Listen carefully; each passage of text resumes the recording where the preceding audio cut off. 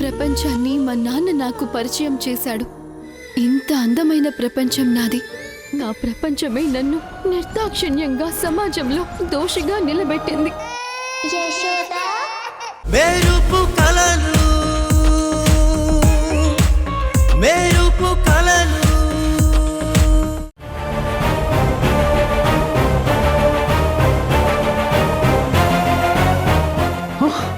మిమ్మల్ని వదిలిపెట్టను, చంపేస్తాను. మీ పూజను పూర్తి కానివ్వను.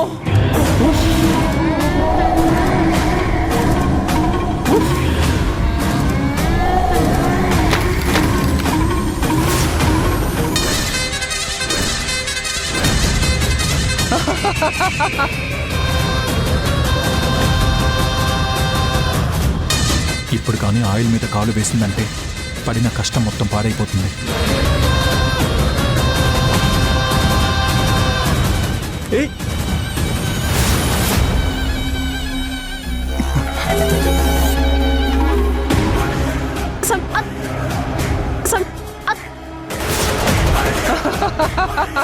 ఈ పూజని ఆపటానికి తన శక్తినంతా ఉపయోగిస్తూ ఉంది. మనల్ని కాళ్ళు కదపకుండా అడ్డుకుంటుంది.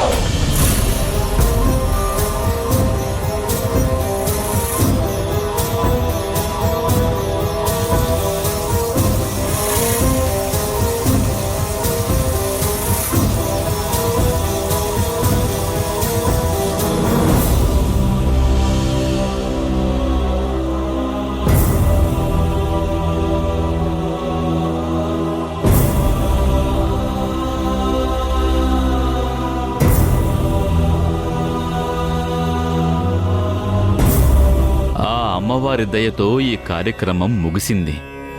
ఇక మిగిలింది అమ్మవారికి నైవేద్యం వండటం. ఆ నైవేద్యాన్ని అమ్మవారికి సమర్పించి ముత్తైదువులకి భోజనం పెట్టాలి. కానీ జాగ్రత్తగా ఉండాలి. అనుకోని ప్రమాదాలు పొంచి ఉన్నాయి. ఎన్ని ప్రమాదాలు ఎదురొచ్చినా పర్వాలేదు స్వామి. నేను ఈ వ్రతం పూర్తి చేస్తాను. అమ్మా, ఇక అంతా నీ దయ. నీ చల్లని దీవెనలతో ఇంత దూరం రాగలిగాను. ఇక ఈ చివరి ఘట్టాన్ని కూడా నువ్వే దగ్గరుండి ఎలాంటి సమస్య రాకుండా జరిపించు తల్లి. ఇందాక తప్పించుకున్నానని అంతా అయిపోయిందనుకుంటున్నారా? నన్ను ఎదుర్కోవడం మీ వల్ల కాదు. ఇప్పుడు ఎలా తప్పించుకుంటారో నేను చూస్తా.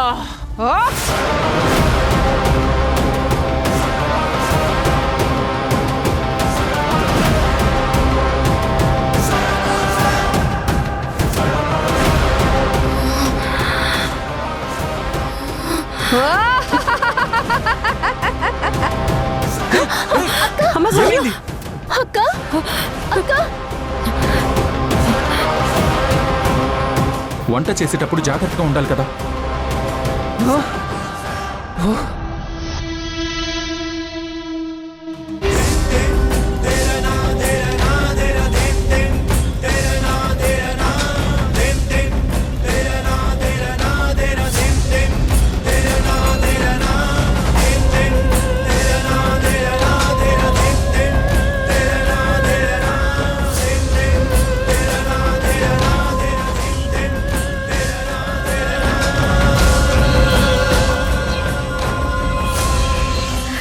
అమ్మా జగన్మాత, ఈ 3 రోజులు ఎంతో నిష్ఠగా నిన్ను కొలిచాను. ఎలాంటి పొరపాటు లేకుండా ఈ వ్రతాన్ని పూర్తి చేశాను.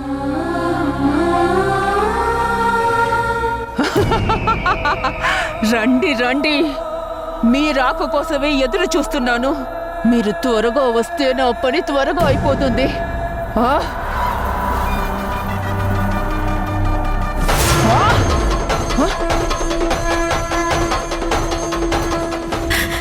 ఇప్పుడు ఈ నైవేద్యం నీకు సమర్పించిన తర్వాత ముత్తైదువుల ఆకలి తీర్చాక నా వ్రతం సమాప్తవుతుంది. ఇంత కష్టపడింది మా అమ్మ కోసమే. నా మీద కరుణ చూపించి అందరూ బాగుండేలా చూడు తల్లి.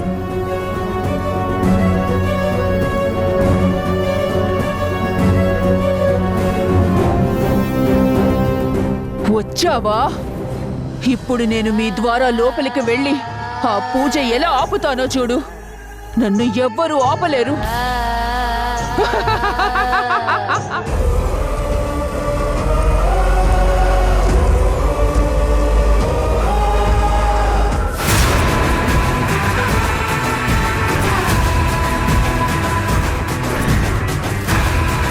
అమ్మా, అత్తయ్య వాళ్ళు వచ్చారు.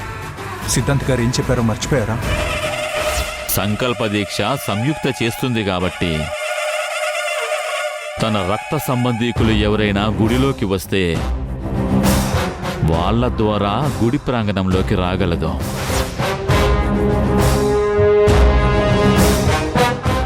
వాళ్ళొచ్చారు కానీ అది రాలేదు.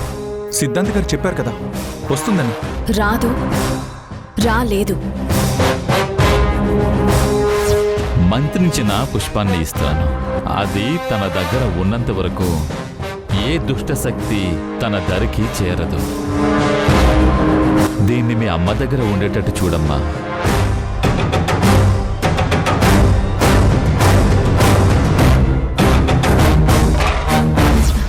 అమ్మిలా మన మాట వినకుండా బయటికి వెళ్తుంది కాబట్టి ఆ రోజు ఇలా చేశాను. నీకే ఇన్ని తెలివితేటలుంటే నా పగను తీర్చుకోవడానికి తహతహలాడుతున్న దాన్ని నేనేం చేయలేనా?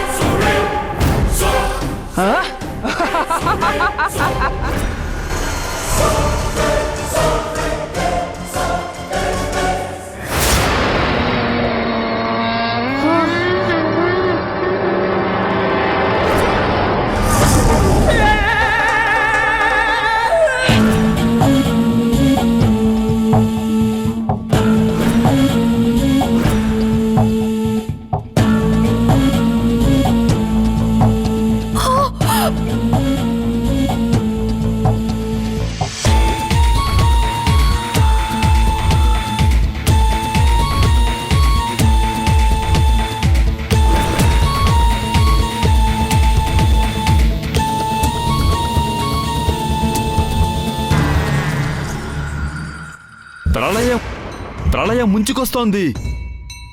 ఆ దుష్టశక్తి మీ అమ్మలోకి ఆవహించింది.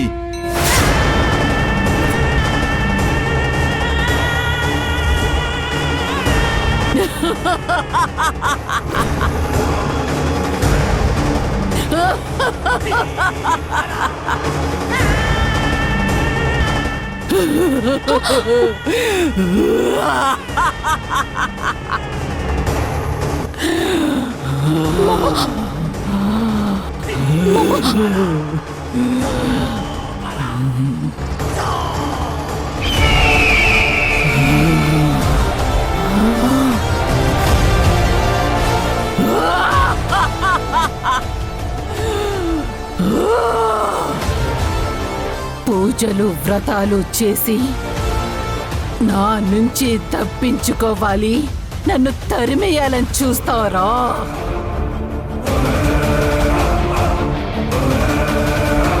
ఇప్పుడు ఇక్కడి నుంచి ఎవ్వరూ తప్పించుకోలేరు.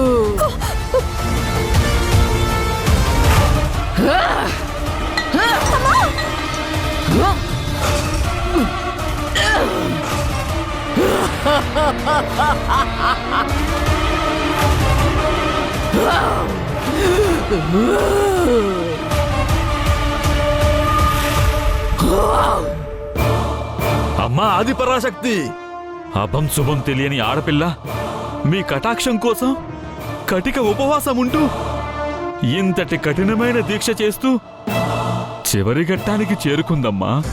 నాకు జరిగిన అవమానానికి ఈ భూమి మీద నీ రక్తం లేకుండా చేస్తేనే నాకు విముక్తి. నా ప్రాణం పోయినా సరే ఇక్కడ ఎవరి ప్రాణాలు పోనివ్వను. అయితే మొదట నిన్ను చంపి తర్వాత వీళ్ళ సంగతి చూస్తాను. ఇప్పుడు గానీ నువ్వు స్పందించి కాపాడకపోతే ఎన్నో ప్రాణాలు తీసుకుంటుందమ్మా దుష్టశక్తి. ఇంతటి దురాగతాన్ని చూస్తూ నువ్వు ఎలా ఉండగలవమ్మా? నువ్వేదైనా చేసేదుంటే నన్ను చెయ్యి, నా వాళ్ళని విడిచిపెట్టు. ఏంటి అందరి మీద జాలి చూపించి నువ్వొక్కదానివే శిక్ష అనుభవించాలనుకుంటున్నావా? ఏయ్!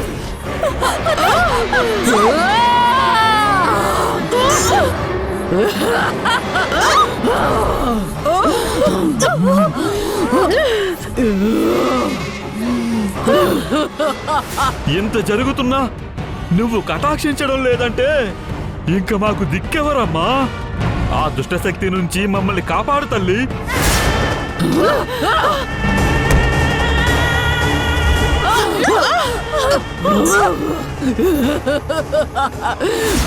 చిన్నపిల్ల తన ప్రాణాల్ని కాపాడుకోవడానికి ప్రాణ త్యాగానికి సిద్ధపడిందమ్మా. అందరినీ కాపాడే అమ్మవి, ఆది పరాశక్తివి, నీలో ఎందుకు చలనం లేదమ్మా? ఇన్ని రోజులు చేసిన పూజలు వ్రతాలు వ్యర్థమా తల్లి?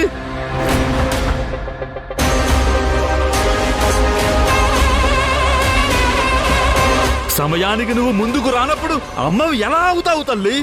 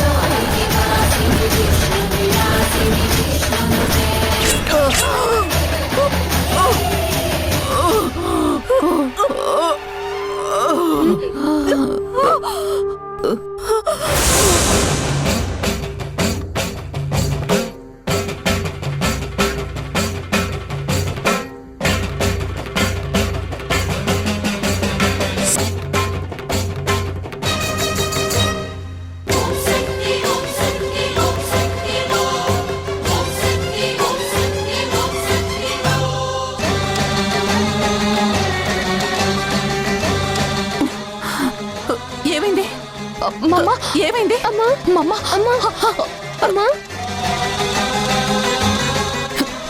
ఏమైంది? ఏం జరుగుతుంది ఇక్కడ? అడుగుతుంటే సమాధానం చెప్పవేంటి? ఏమైంది? మమ్మా అది నువ్వు. ఏం లేదు బాను, ఆవేశంతో వచ్చి నువ్వు కళ్ళు తిరిగి పడిపోయావు అంతే. పడిపోక ఏం చేస్తాను? ఇది చేస్తున్న పనులకి మనశ్శాంతి లేకుండా పోయింది నాకు. ఈరోజు అక్కడ అవమానం జరిగింది. ఈవిడ గారు లేకుండా సంతకాలు ఎలా అంటున్నారు? ఈవిడేమో ఇక్కడ పూజలు పునస్కారాలు అంటూ ఇక్కడ కూర్చుంది. మమ్మా అసలే నీకు బాలేదు, తర్వాత మాట్లాడొచ్చు, ఆవేశపడకు. ఆవేశపడితే ఏమవుతుంది? మహా అయితే బ్లడ్ ప్రెషర్ ఎక్కువైపోయి చచ్చిపోతాను, అంతే కదా? ఇలాంటి బతుకు బతకడం కంటే చావడం మేలు. చూడు, ఈ రోజుతో ఈ పూజలన్నీ ఆపేసి వచ్చి మర్యాదగా సంతకం పెట్టు. లేదంటే నేనేం చేస్తానో నాకే తెలీదు. పద వెళ్దాం. అమ్మా మమ్మా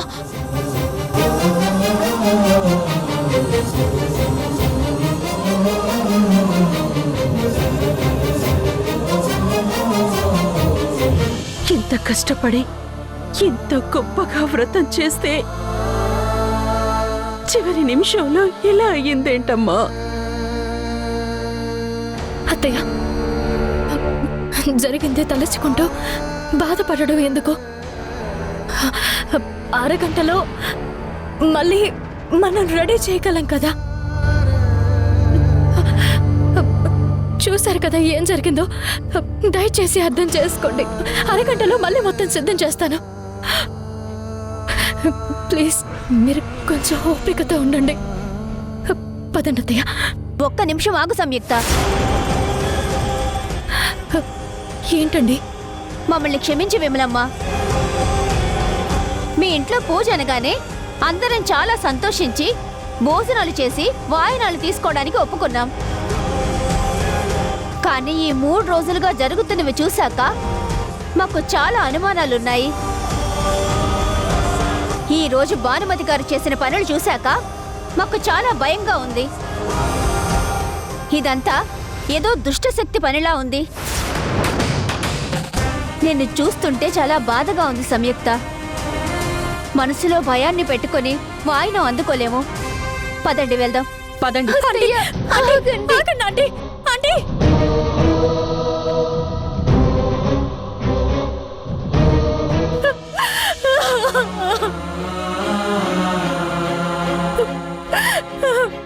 ఎందుకమ్మా నా మీద ఎంత పగబట్టావు? ఎందుకు నాకెన్ని పరీక్షలు పెడుతున్నావు?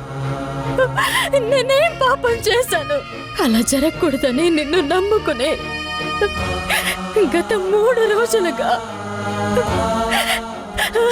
ఇంత కఠినమైన దీక్షను చేస్తుంటే కాస్తైనా కనికరం లేకుండా చివరకు వాయినం తీసుకునే ముత్తైదువులు కూడా లేకుండా చేసి నేను చేస్తున్న ఈ దీక్షని భగ్నమయ్యేలా ఎందుకు చేస్తున్నావు? చెప్పమ్మా, ఎందుకు చేస్తున్నావు? అమ్మ ప్రాణానికి గండ ఉన్నది నిజమే అనుకుంటే దానికి బదులు నా ప్రాణం తీసేసుకో. తీసేసుకో. తీసుకో. ఇదిగో అమ్మాయి,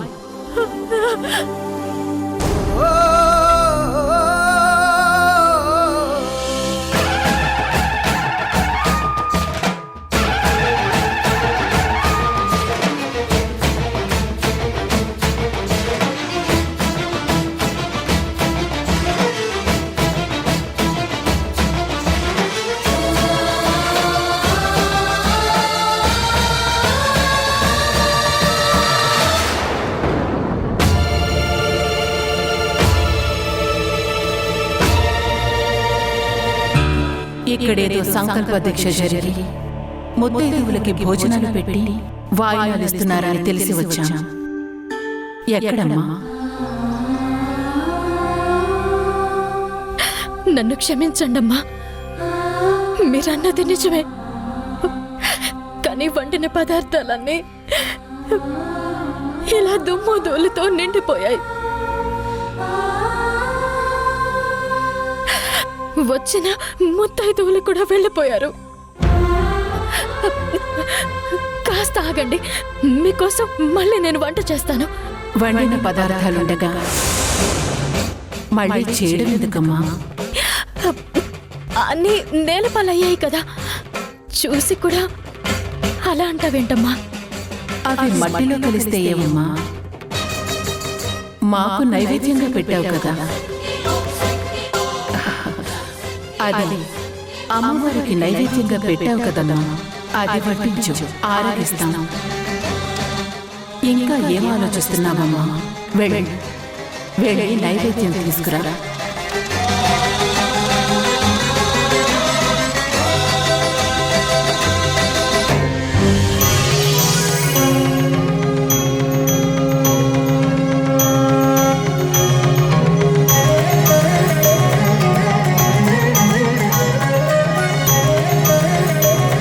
అమ్మా, నీ చేతులతో పెట్టమ్మా.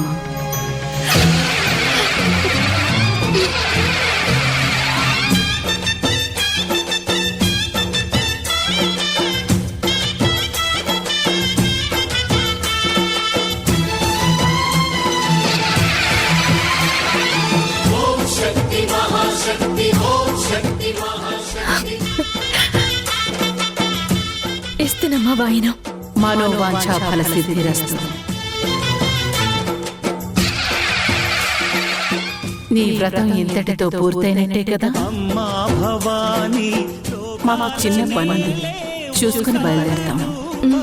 అలాగే. తల్లి నీ మహిమల్ని చూపవం. వద్దు వద్దు, నన్ను వదిలే, నన్ను చంపొద్దు.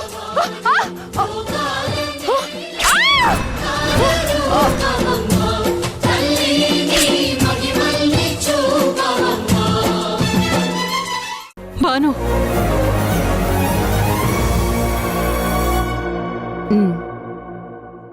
పిల్లల్ని తీసుకుని నువ్వు తప్పకుండా పెళ్లికి రావాలి భాను. తప్పకుండా మల్లిక. మీరు చెప్పిన ప్రకారం చూస్తుంటే మీకు 5 రోజుల పెళ్లి చాలా బెటర్ అనిపిస్తుంది మేడం. అంటే ఫస్ట్ డే వచ్చి పసుపు,